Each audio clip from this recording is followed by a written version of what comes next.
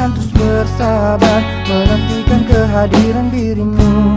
Entah sampai kapan aku harus menunggu sesuatu yang sangat sulit untuk ku jalani. Hidup dalam kesendirian, sedih tanpamu. Kadang ku berpikir cari penggantimu saat kau jauh di sana.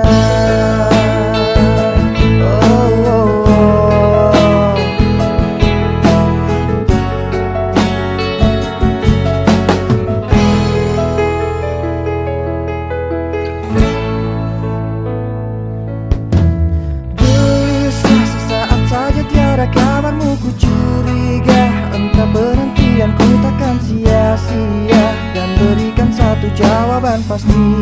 Entah sampai kapan aku harus bertahan saat kau jauh di sana. Rasa cemburu merasuk ke dalam pikiranku melayang, tak tentu arah tentang dirimu. Apakah sama yang kau rasakan?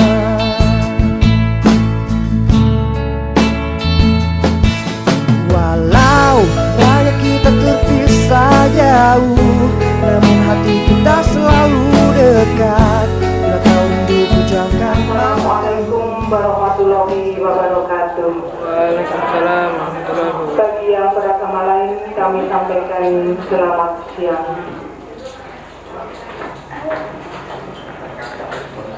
Patut kita mengucap syukur kehadirat Tuhan Yang Maha Esa, karena atas karunia dan hidayahnya lah sehingga kita pada pagi hari ini dikaruniai keadaan sehat walafiat sehingga bisa berkumpul bersama-sama di rumah Bapak dan Ibu Supoyo Raharjo.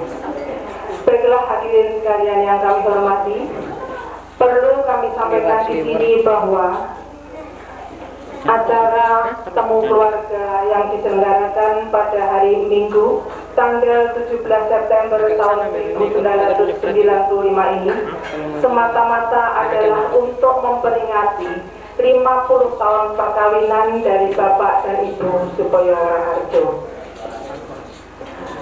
Dan perlu kami informasikan di sini bahwa terselenggaranya acara ini berkat kerjasama ataupun inisiatif dari putra dan putri serta cucu-cucu dari Bapak dan Ibu Supoyo Raharjo.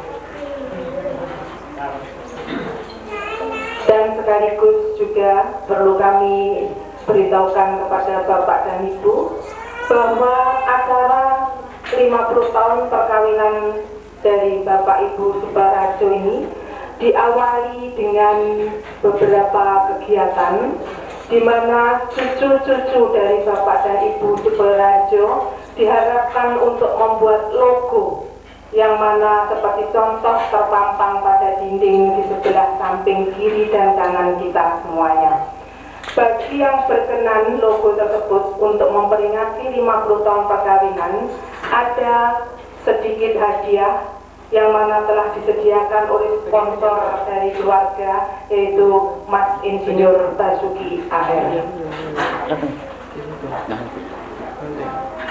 Baiklah hadirin yang kami hormati, sebelum acara kita lanjutkan pada hal-hal yang lain, maka kali ini kami atas nama keluarga besar Supoyo Raharjo menyampaikan rasa terima kasih yang sebesar-besarnya atas kehadiran Bapak dan Ibu sekalian, serta sekaligus kami sekeluarga mohon doa restu dari Bapak dan Ibu sekalian agar supaya Bapak dan Ibu Supoyo Raharjo di dalam mengarungi bahtera hidup yang sampai 50 tahun ini untuk selanjutnya mendapatkan selamat, sehat, dan sejahtera.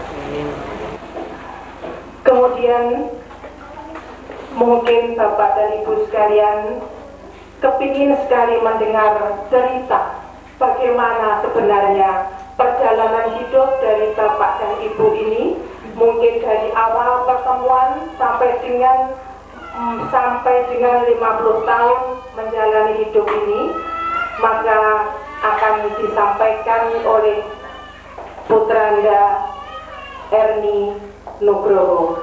Kami persilakan Mbak Erni untuk menyampaikan cerita singkatnya. Atas waktu yang diberikan kepada saya akan membacakan kisah perjalanan Bapak. Ini singkir sedikit. Agak sama sedikit. Bapak dan Ibu sebagai istri selama 5 tahun. Bapak dan Ibu telah bertemu sewaktu beliau bekerja di pabrik gula di daerah Lumajang. Bapak di Rojopolo, sekitar 5 km barat laut dari Jatiroto, sedang Ibu di Blukon, sekitar 4 km barat Rojopolo. Bapak mendapat tugas untuk mengurusi pengairan tanaman tebu. Setiap tahunnya sekitar 5.000 hektar. Selain itu juga diminta untuk mencarikan pupuk tanaman tebu. Semasa penjajahan Jepang, pupuk urea atau ZA begitu langkanya, karena pupuk tersebut masih merupakan barang impor. Untuk gantinya, diusahakan mendapatkan pupuk alam, dan yang tersedia pada waktu itu hanyalah tai lowo atau kotoran kelelawar yang terdapat di gua-gua di daerah Grenden atau Jember Selatan dan di daerah Sumber Pucung, Malang Selatan. Pabrik gula Jatiroto termasuk pabrik gula yang cukup besar pada waktu itu.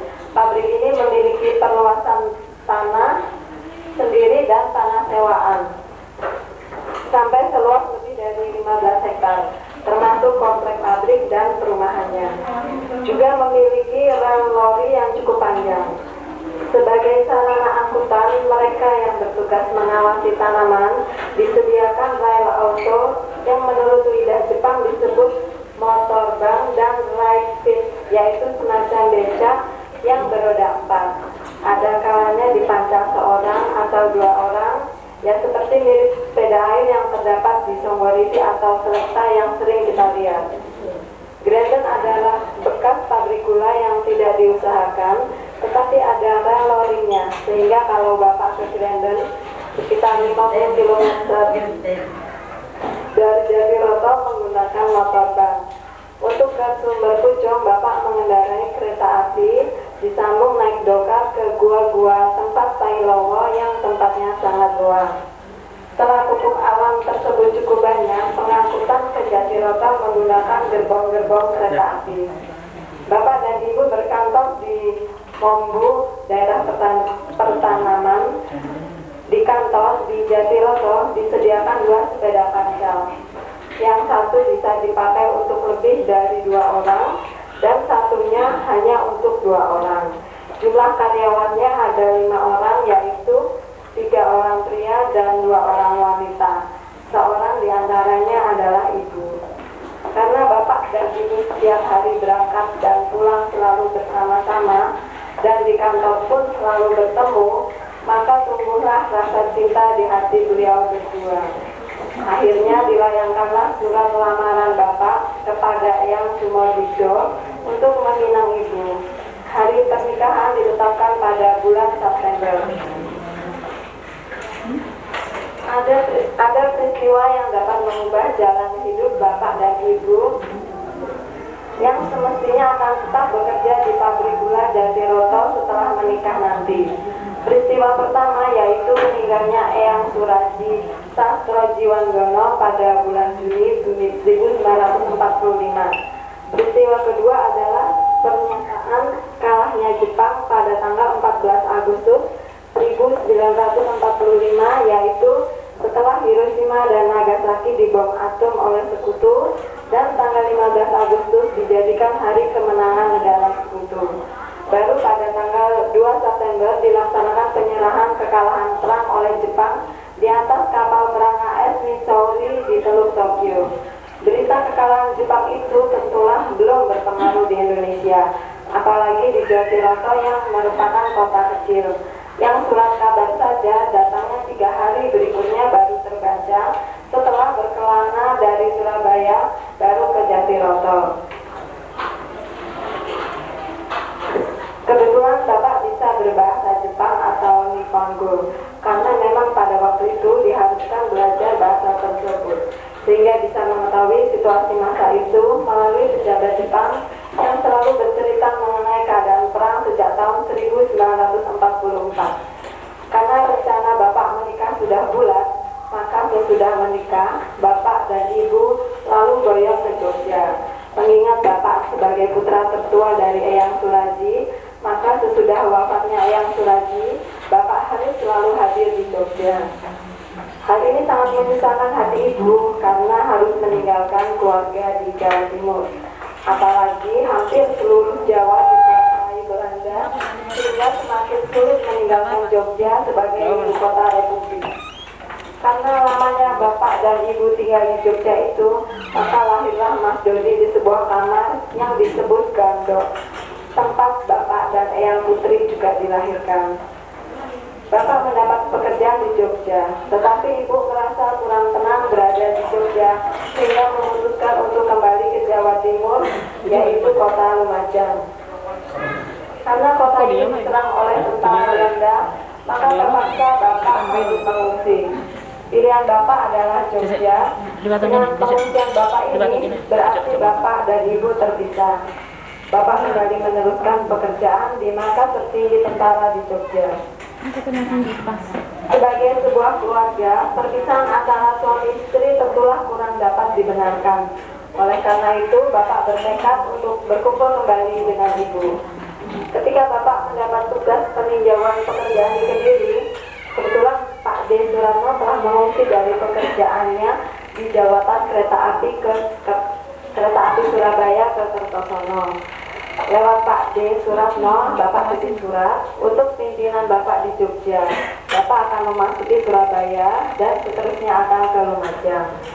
Mengingat jalan lain yang akan dilewati telah berada di tangan Belanda, secara terus terang Bapak mendapat surat keterangan dari Kertosono untuk memasuki Surabaya. Namun karena salah jalur, maka biarpun dapat memasuki kota Surabaya, Bapak akhirnya tertangkap dan dimasukkan ke rumah tahanan untuk orang-orang dari berbagai daerah di Jawa Timur, termasuk para pejabat dan pemuda-pemudanya. Di antaranya ada teman dari kota Malang yang bernama Gatot Gunawan, Bapak Usman, seorang kepala DPU Kari Sedanan Besuki di Bondowoso, dan seorang anak buahnya yaitu Bapak Mukmin yang kemudian rumahnya bersebelahan dengan rumah kami di Jalan Alun-Alun Situbondo. Di rumah tahanan ini Bapak cukup lama, dan baru pada tahun 1949 Bapak bebas dan pulang ke Lumajang. Kepala Dinas Pertanian Lumajang menawarkan pekerjaan di kantor pertanian tempat Pak D. Sutomo bekerja sampai akhirnya pensiun. Bapak menolak tawaran itu karena bekerja di daerah Belanda sebagai orang Republik namanya pada waktu itu. Bapak mendapat tawaran untuk bekerja di kantor dagang di bawah pimpinan Bapak Suwarno, pernah bertetangga di Langenarjan, Yogyakarta waktu beliau masih belajar di Jogja. Beliau memimpin suatu kantor dagang yang mendapat fasilitas barang-barang kebutuhan dapur dengan harga pemerintah. Kalau lama tak ada pembelinya yang telah ditentukan, maka barang tersebut boleh dijual ke pasaran umum dengan harga jual sampai 2-3 kali harga pokok. Memang menyenangkan dapat menerima uang yang cukup besar itu. Namun hati Bapak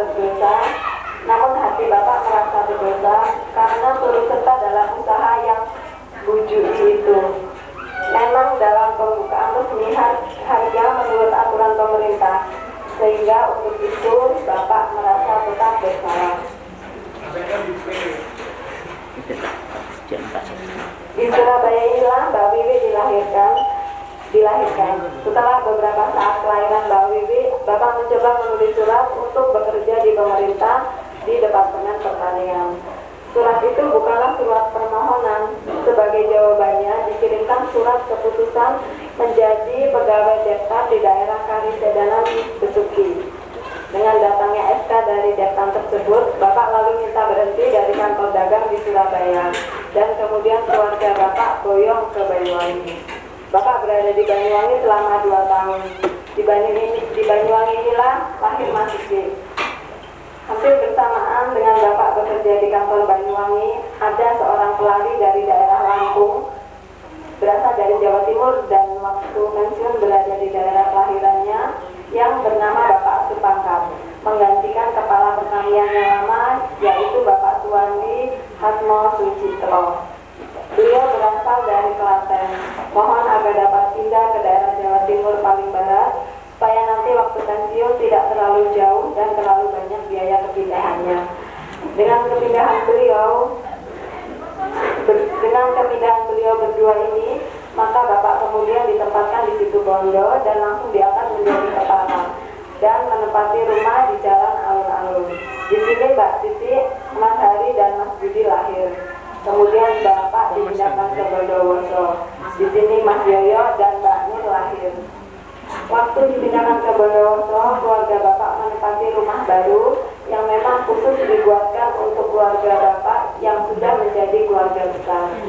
Bapak di Bondowoso ini selama 2 tahun, kemudian dipindahkan ke Diperta Kalisedana Malang. Namun tempat tinggalnya di Bedali, Lawang. Di Lawang Kabupaten Malang inilah lahir Mas Nugroho yang sekarang menjadi suami saya. Bos Bapak di Bondowoso yaitu Bapak Suyudi, setelah dikirim ke luar negeri diangkat menjadi kepala dinas di Provinsi Jawa Timur. Setelah melihat Bapak berada di Bedali, maka Bapak Suyudi mengirim Bapak ke luar negeri selama 11 bulan dan sekembalinya dari luar negeri Bapak ditarik ke tingkat provinsi dan menempati rumah di Kompleks Pertanian Waru.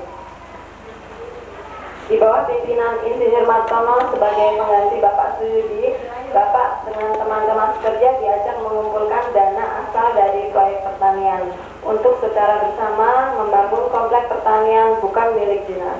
Dan terwujudlah kompleks pertanian di Kuti Sari Selatan, tempat kita berkumpul sekarang ini yang merupakan rumah pribadi Bapak dan Ibu. Dalam memberikan nama pada putra-putrinya selalu ada hubungan dengan pengaruh dan lingkungan. Seperti nama Widodo, Mas Dodi, diucapkan oleh seorang ibu Projo Atmono dari Langenarjan, waktu Bapak dan Ibu diperkenalkan pada masyarakat sekitarnya. Pratiwi, Mbak Wiwi adalah sebutan pada waktu Bapak diterima menjadi pegawai pertanian. Basuki, Masuki karena menempati daerah Kari Sedanan Besuki, dan juga karena waktu itu Masuki lahir prematur. Pratiti, Mbak Siti karena waktu diangkat jadi kepala di situ Bondo dan diharapkan selalu bertindak hati-hati. Haryati, Mbak Hari karena mengikuti nama ibu. Budi Santoso, Mas Budi supaya Bapak kuat pendiriannya. Waluyo, Mas Yoyo karena pada waktu itu Bapak pernah sakit agak keras, diharapkan supaya segera sembuh. Nurinda, Mbak Nur yang berarti cahaya dan indah. Nugroho, Mas Groho yang berarti anugerah yang sangat besar dari Allah Subhanahu wa Ta'ala kepada Bapak dan Ibu. Selanjutnya kami hanyalah mohon doa restu dari Bapak dan Ibu sekalian agar kami nantinya dapat seperti Bapak Ibu tercinta. Amin. Kami hormati dan kami cintai. Demikian tadi cerita singkat tentang riwayat kehidupan mulai awal perjumpaan Bapak dan Ibu Supoyo Harjo sampai dengan 50 tahun sekarang ini. Namun itu adalah versi dari putra dan putri Bapak dan Ibu Supoyo Raharjo, karena mendapat cerita dari Bapak Supoyo sehingga bisa menyusun naskah sedemikian rupa yang mana mungkin di sana sini masih banyak sekali kekurangannya. Untuk itu mungkin naskah tadi perlu ada pembenahan-pembenahan. Kami mohon perkenan Bapak Supoyo Raharjo untuk memberikan cerita singkat dari kesempurnaan naskah dimaksud. Kami persilakan Bapak dan Ibu untuk tampil ke depan. Ibu dan Bapak-bapak sekalian, hari ini benar-benar merupakan hari yang mengesankan buat kita berdua, karena tanpa dinyana kita bisa melampaui satu periode yang tadinya ada seperti revolusi di waktu zaman Jepang. Kemudian sewaktu saya bekerja selama hampir 25 tahun atau lebih, itu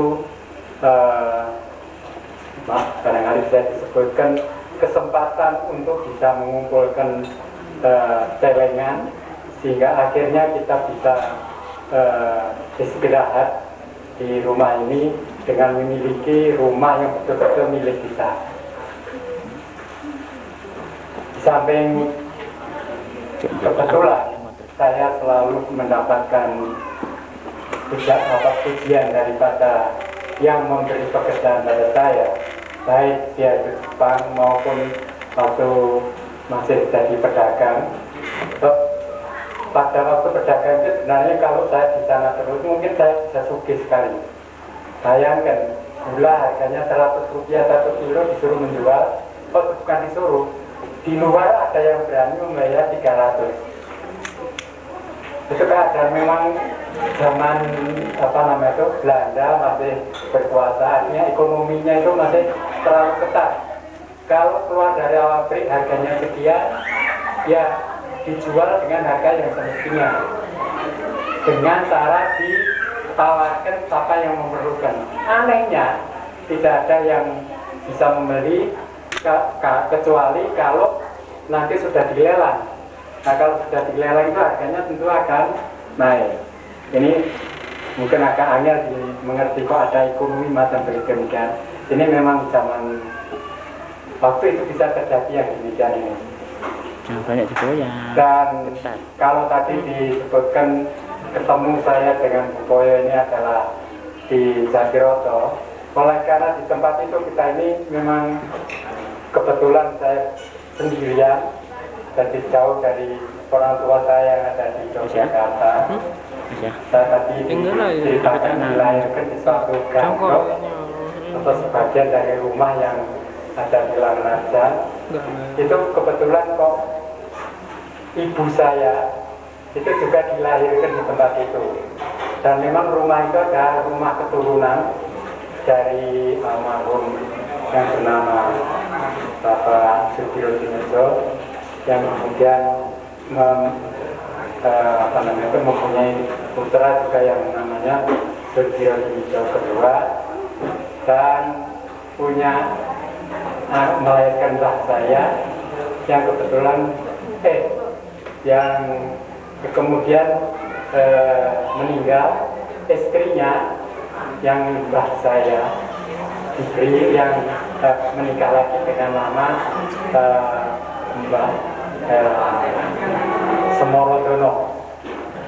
Ini yang itu untuk mengetahui bahwa saya ini betul-betul orang Jawa di Yogyakarta, betul. Jadi kalau saya akhirnya sampai bertahun-tahun seperti yang dikemukakan di dalam ceritanya tadi di daerah Jawa Timur, apalagi di daerah pertanian, sehingga bahasa saya tentunya sudah berubah sama sekali. Kalau tadi urut-urutan dengan puteran anak-anak saya dengan disebut-sebutkan pendek-pendek, kalau sekarang ini kan kalau kita memberi anak dan memberi nama pada anak biasanya panjang-panjang. Saya mendengar kata Ibu Roda maksud bahwa perkawinan kita ini supaya widodo, itu maksudnya kan supaya langgeng.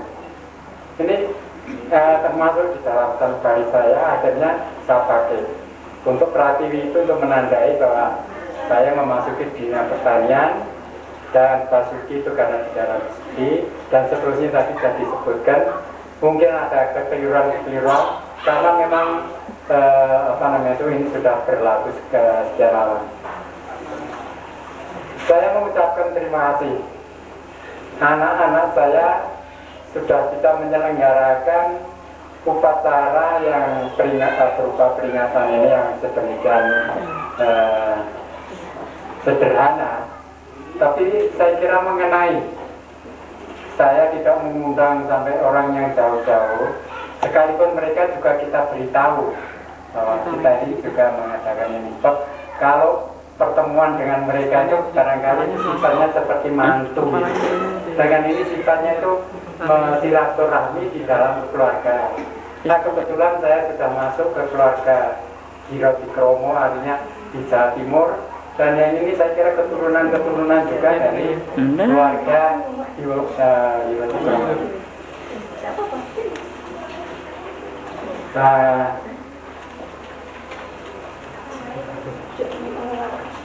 ini itu saya bilang kita jangan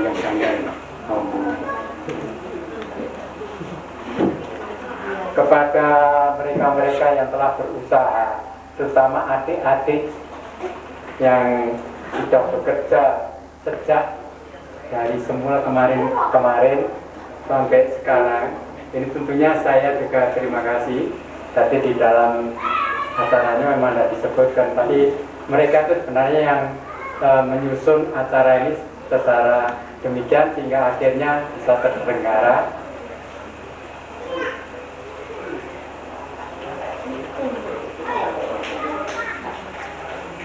Saya kira barangkali Bu Kowe bisa bicara sedikit.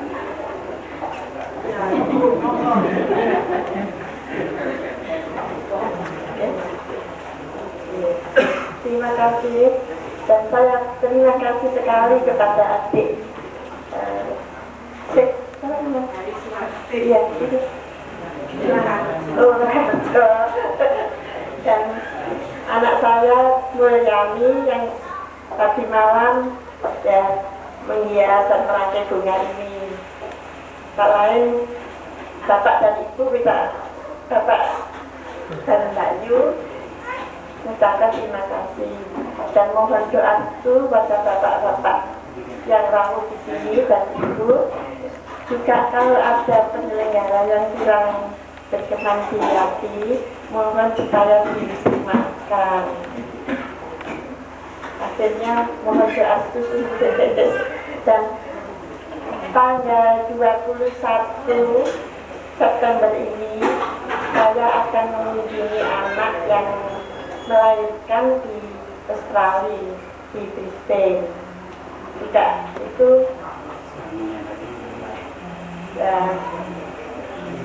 mohon doa restunya supaya gansal. Bapak dulu memotong tumpeng, kemudian diserahkan kepada cucu yang pertama dengan harapan bisa mendapatkan berkat dan berkah dari Tuhan yang Maha Kuasa, sehingga kita cucu, putra dan saudara-saudara semua yang ada di sini, istilah Jawanya ketularan seperti apa yang disampaikan oleh Tante Marli tadi, bisa sampai melaksanakan 50 tahun perkawinan yang diistilahkan dengan perkawinan emas. Tepuk tangan, aplaus buat Bapak Ibu dan sekalian. Terima kasih. Jadi masih dekat.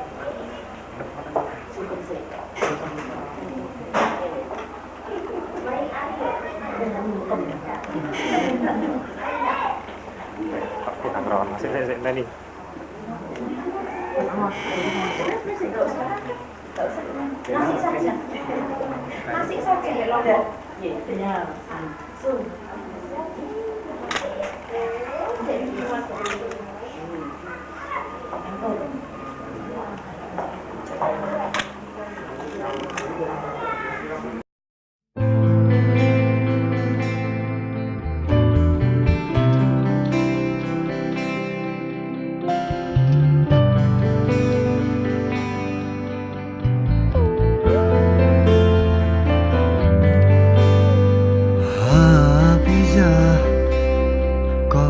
Yang paling cantik,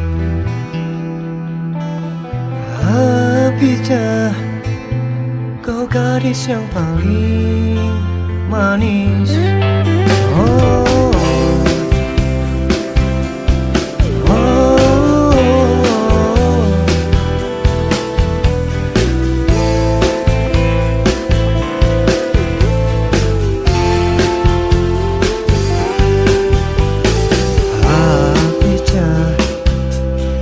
Gadis yang paling seksi, Hafijah, kau gadis yang paling baik. Sungguh ku tak mengerti ini bisa terjadi padaku. Ku cinta padamu, ku sayang padamu, oh Hafijah. Hatiku ingin bisa mendapatkan dirimu, walau begitu jauh untuk bisa berjumpa denganmu. Sungguh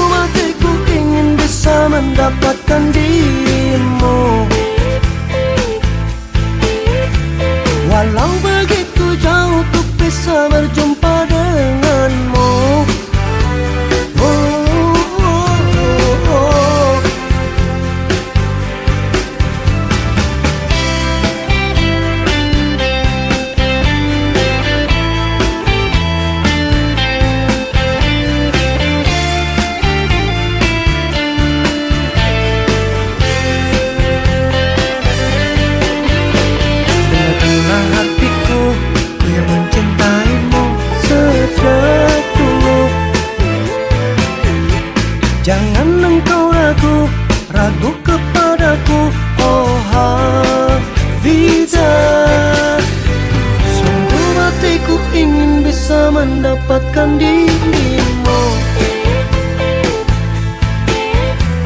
walau begitu jauh untuk bisa berjumpa denganmu. Sungguh hatiku ingin bisa mendapatkan dirimu, walau begitu jauh untuk bisa berjumpa denganmu. Oh, sungguh hatiku ingin bisa mendapatkan dirimu, walau begitu jauh untuk bisa berjumpa denganmu. Oh,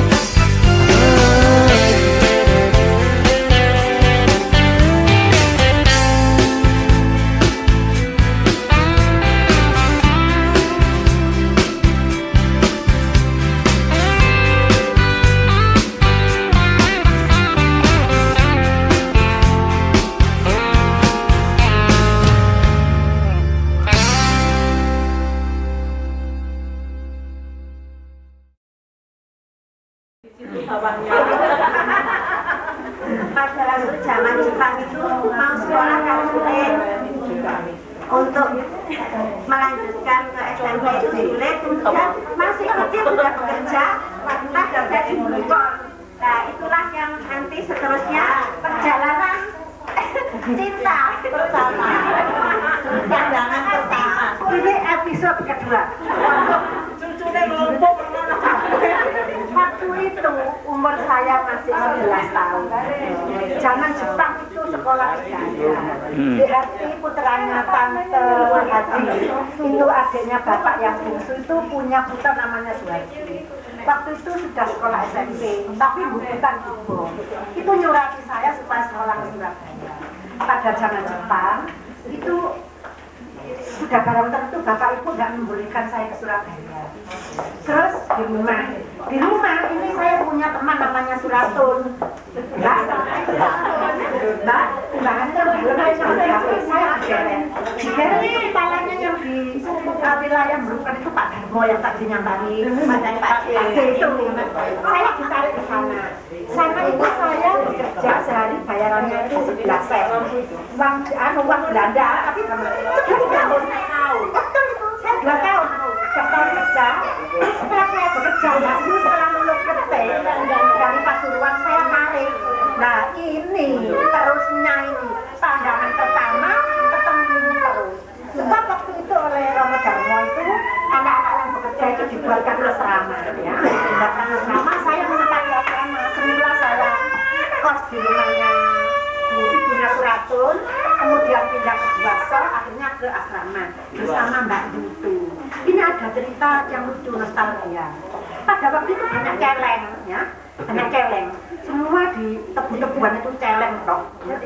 Nah, tetangga yang namanya Pak Sastro, ini Harjo, ini ibunya Lukito yang jadi Menteri Penerangan itu dapat celeng 1 disembelih. Nah, tetangga dekat itu dikirimi kira-kira 2 bas besar. Lahap dengan kayu itu 1 piring itu digaduh dulu celeng. Tapi mungkin haram. Itu keluar semua itu. Muntah semua itu. Nah, itu cerita waktu itu. Tapi berlanjut Mas Koyo dengan Mbak itu saya juga lupa karena masih 11 tahun. Nah, setelah itu 11 September menikah. 17 September saya Januari itu mendaftar, ada pengumuman di koran Berjuang sama koran Asia Raya, itu ada pembukaan SMP. Terus saya berat dari pekerjaan itu, tidak pamit waktu pada Sigek, saya langsung mendaftar menjadi murid SMP di Lumajang itu. Selanjutnya kemudian Mbak Yu terus ke Jogja tadi ceritanya. Nah waktu itu memang Mbak Yu itu temannya Lastari. Lastari itu langsung mungkin ingat ya Lastari. Nah Mbak Yu itu kalau ada apa-apa cerita saya. Jadi ceritanya dengan apa yang ceritakan saya. Saya kan kecil. Saya belum.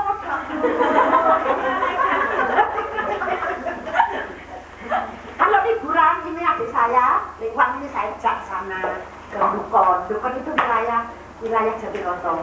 Jadi seluruh Jatiroto seperti Nogosari, Rojopolo, Sumbersari, Panggetar, semua itu saya tahu.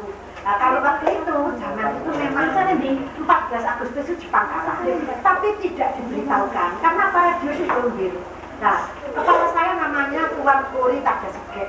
Itu punya istrinya itu adik-adiknya teman saya. Jadi kalau lihat bioskop naik motor Drexy itu ya, motor Drexy itu di atas ban. Itu saya mesti dijak, gitu. Mesti dijak. Nah itu ceritanya kalau kalah itu barang-barangnya itu dititipkan di rumahnya Pak Sastro. Selanjutnya saya tidak ingat lagi karena Mas Koya dengan Bayu sudah ke Jogja. Tahu-tahu kirim surat punya anak namanya Dodo itu sudah ingat saya meninggalkan saya itu. Nah cerita selanjutnya ini mungkin ada episode ketiga. Tidak ada cerita ada lagi Mas Hendra. Oh iya.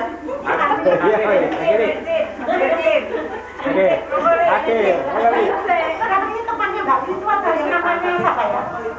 Dia adiknya Suwono itu kan adiknya Suwono sudah juga apa? Terima kasih. Tapi itu nanti dulu. Saya bahagia.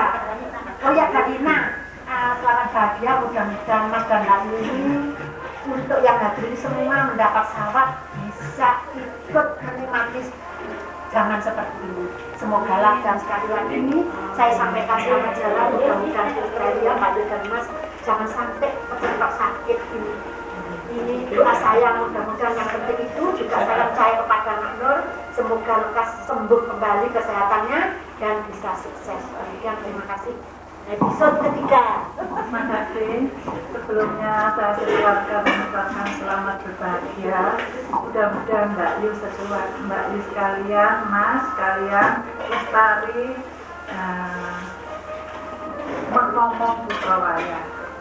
Dan selamat jalan untuk sekali. Mudah-mudahan berangkat di sana sampai tiba kembali di Butisari dalam keadaan selamat, selalu dilindungi Tuhan dimanapun berada. Amin. Ini setelah Mbak Yu, sebelumnya memang Mbak Yu Koyo itu sebelum kalah dulu. Setelah Mbak Yu dipinang Mas Koyo, itu ada yang misteri lagi yaitu kepala stasiun. Oh iya. Namanya Sutirno. Karena saya yang adiknya Mbak Yu maka saya ini paling dikasihani oleh Mas Kirno itu dikasih oleh Mas Kirno. Saya kalau berangkat sekolah, pulang sekolah saya mesti melewati stasiun. Kalau sudah di situ namanya ada lagi wakilnya Mas Kirno itu yaitu Sugeng Haryono. Kalau saya lewat pulang ikut digoleki masih. Tapi saya karena masih kecil ya nggak ngerti.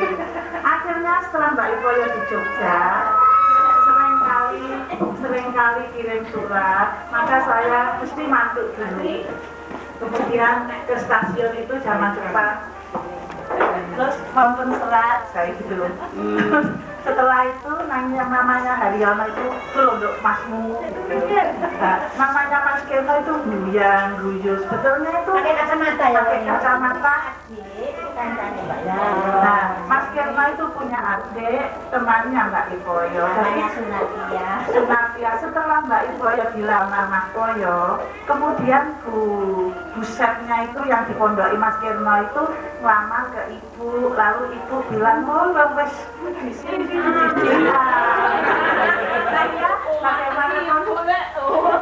Bagaimanapun juga Mas Kirno itu ke saya itu sayang. Jadi kalau saya pulang lewat ke panas-panas itu mesti disapa. Kalau saya mesti oleh bapak ibu, itu nek mulai mampir stasiun Mbak Mono surat saka Mbak Yumu. Jadi saya mesti mampir, mantuk dulu, wonten serat kalau ada itu lucu kalau masmu gitu. Apa? Kalau ceritanya bapak yang putri ditaleni di. Oh iya. Setelah mungkin pada waktu itu Mas Koyo itu wakuncar ya istilahnya. Ganggu. Saya main biasanya kutrik itu saya ikat, lalu saya main di latar sendirian. Dan dolanan apa? saya tunjukkan, potret saya ikat dengan benang. Setelah itu, gue belum tak baleni, saya sudah takut. Curang, culke pada waktu itu Jogjanya Mas ya, culke. Terus saya lepas pakai benangnya itu. Inilah salah satu kenangan saya. Dan kalahkan Kondur ke Jatiroto itu sudah meletakkan uang untuk adik-adiknya saya dengan ini. Oh nyogok. Mungkin istilahnya nyogok. Demikian nostalgia yang mungkin kenangan manis dari Mbak Ripoyo Mas Boyo dan untuk nostalgia kami juga. Sekian, terima kasih. Mas Boyo, Mbak Ripoyo sekalian, adalah putra raya sekalian. Pulau ngaturaken sugeng lan derek mananipun mugi-mugi Mas Mbak Yu pinantiya ing kasegengan saha kawilujengan. Mugi Gusti ingkang Maha Agung paring dumateng Mbak Yu Mas dalam putra raya sumrambau dhateng sederek-sederek kita sedaya. Amin. Mas saha Mbak Yu kirang kali minggu kepengker kula nampi telepon saking Yuwang, Yuyanti, Yucip menawi tanggal 17 September menika dawa kleresan pesta emasipun Mbak Yu saha Mas kalian. Pramila kula kadhawuhaken supados kadhawuhan supados dhateng Kutisari sasampunipun jam kerja. Sinarengaken kala wingi kula dhateng kaliyan Nak Mulyani ngembang dawuh saking Mbak Yu. Dilalah kula nika mikir tas awit tas kula nika cemeng sami kalian tasipun Nak Mulyani. Ngantos dus ingkang pada sekar nika katut wonten travel. Kula matur dhateng Mbak Mai, matur dhateng Mbak Ripoyo. Ngantos dhateng Mas Dodik. Matur nuwun sanget Mas Dodik. Mas Dodik ngeteraken kula namung mendhet dus menika kala wau. Saengga dalunipun kula saged ngrancang kangge minangkani dawuhipun Mbak Yu kangge nengeri tandha mangayu bagya pesta emasipun Mbak Yu sekalian.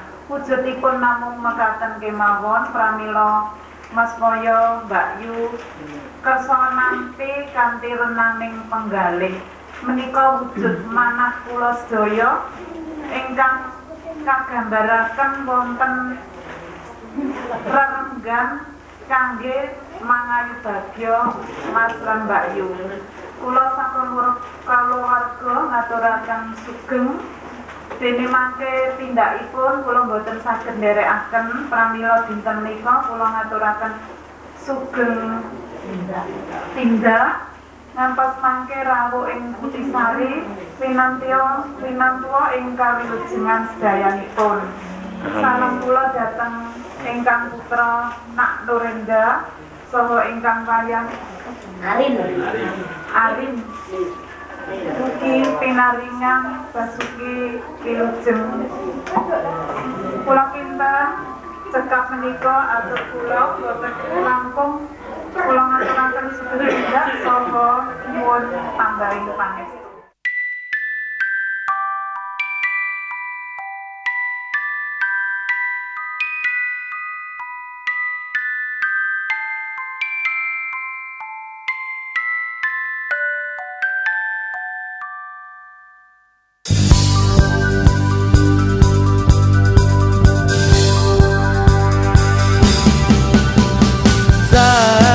Kau tanya-tanya lagi apa ku punya kekasih.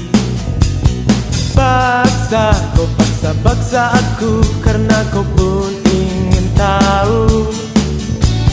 Malu, aku tersipu malu saat ku jawab tanyamu. Tapi awas kau jangan mau karena dia kekasihku. kebahagiaan.